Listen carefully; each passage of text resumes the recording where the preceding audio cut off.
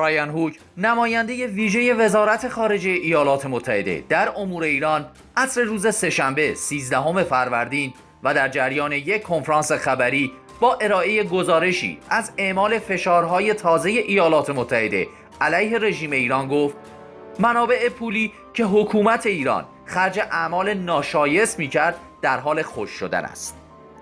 اقدامات ما جریان پول نقد رژیم ایران را محدود کرده و آنها توانایی انجام عملیات‌های آزادانه‌شان را از دست دادند.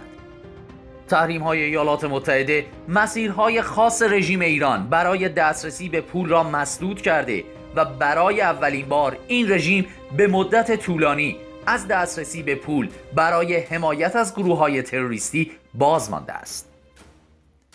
آقای هوک در این جلسه و در ساختمان وزارت خارجه ایالات متحده افزود: حزب الله لبنان 70% بودجهش از رژیم ایران تأمین میشد و به دلیل تحریمها دیگر بودجه ندارد. او همچنین به گزارش رسانه ها در مورد شبه نظامیان شیعه در عراق اشاره کرد که گفته بودند دوران طلایی تمام شده و دیگر رژیم ایران پولی برای دادن به ما ندارد. نماینده ویژه امور ایران در وزارت امور خارجه همچنین با اشاره به رساندن صادرات نفت رژیم ایران به صفر گفت: به 8 کشوری که از ایران واردات نفت داشتند معافیت دادیم. 3 تای از آنها به صفر رساندند. با توجه به پیشبینی از بازار نفتی 2019 که میگوید عرضه بیش از تقاضا خواهد بود، فکر میکنیم بتوانیم به آن هدف برسیم، ولی هنوز در مورد معافیت از مجازات تصمیم نگرفته ایم و هنوز 1 ماه دیگر از آن باقی مانده است. 100 major corporations withdrew from business in Iran. Companies like Total and Siemens have exited the Iranian market, taking with them billions of dollars in investment. Since the IRGC controls up to half of Iran's economy, this lack of investment means less money for the Quds Force and Iran's network of proxies.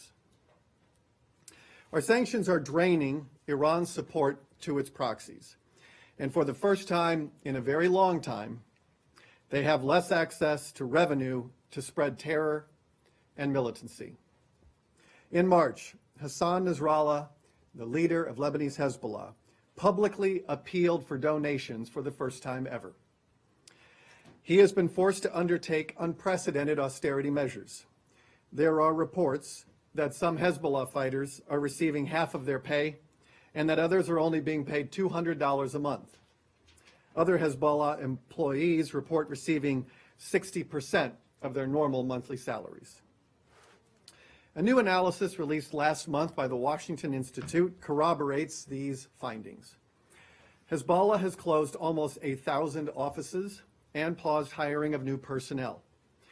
The report further concludes that Hezbollah itself attributes this belt tightening to U.S. sanctions on Iran, which has historically provided the group with $700 million annually. That is 70% of Hezbollah's entire budget. Hezbollah is not alone in feeling the strain of American sanctions. Iranian proxies in Syria and elsewhere are experiencing a lack of funding from Tehran. Fighters are going unpaid, and the services they once relied upon are drying up. Last week, the New York Times quoted a Shia fighter in Syria who said that, quote, "The golden days are gone and will never return. Iran doesn't have enough money to give us." We are working with our allies and partners to make this the new norm. We have acted with them to disrupt Iran's illicit oil shipping operations.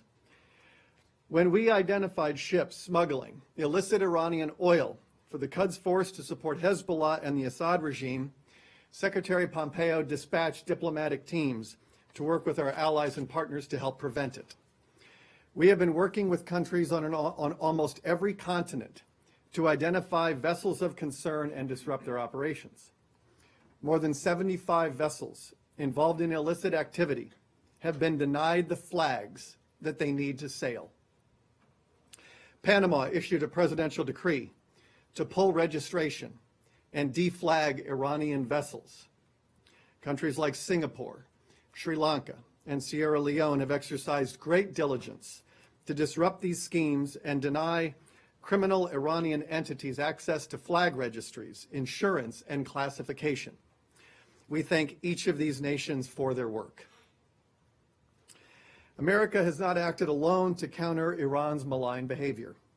Our European partners pushed back against Iran after a foiled bomb plot in Paris and thwarted an assassination attempt in Denmark. In January, the European Union sanctioned Iran's Ministry of Intelligence and Security and 2 of its agents for their roles in these activities. The EU's recent Foreign Affairs Council passed conclusions in February that called out Iran's ballistic missile program. It also opposed Iran's malign activity in Europe, as well as its ongoing role in regional conflicts. Many European countries, including the United Kingdom, Germany, France, Denmark, the Netherlands, Albania, and Serbia, have acted to address the threat of Iranian terrorism on their own soil, whether by recalling ambassadors, expelling Iranian diplomats, eliminating visa-free travel, or denying landing rights to Mahan Air, as Germany recently did. All of these activities were undertaken after the U.S. exited the Iran nuclear deal, undercutting the narrative that the U.S. is alone in countering Iran's threats to international peace and security. We are also working with our allies and partners to oppose Iran's ballistic missile program. The United States, the United Kingdom, France, and Germany have repeatedly highlighted Iran's defiance of UN Security Council Resolution 2231, which calls upon Iran not to undertake any activity related to ballistic missiles designed to be capable of delivering nuclear weapons. We relayed our strong concerns to the UN Secretary General following Iran's launch of a medium-range ballistic missile in December and its attempted satellite launches in January and February. Just last week, the UK, France, and Germany wrote to the Secretary General again, underscoring their concerns with Iran's recent missile launches. We are confident that our shared assessment of the threat from Iran will continue to translate into even more shared action.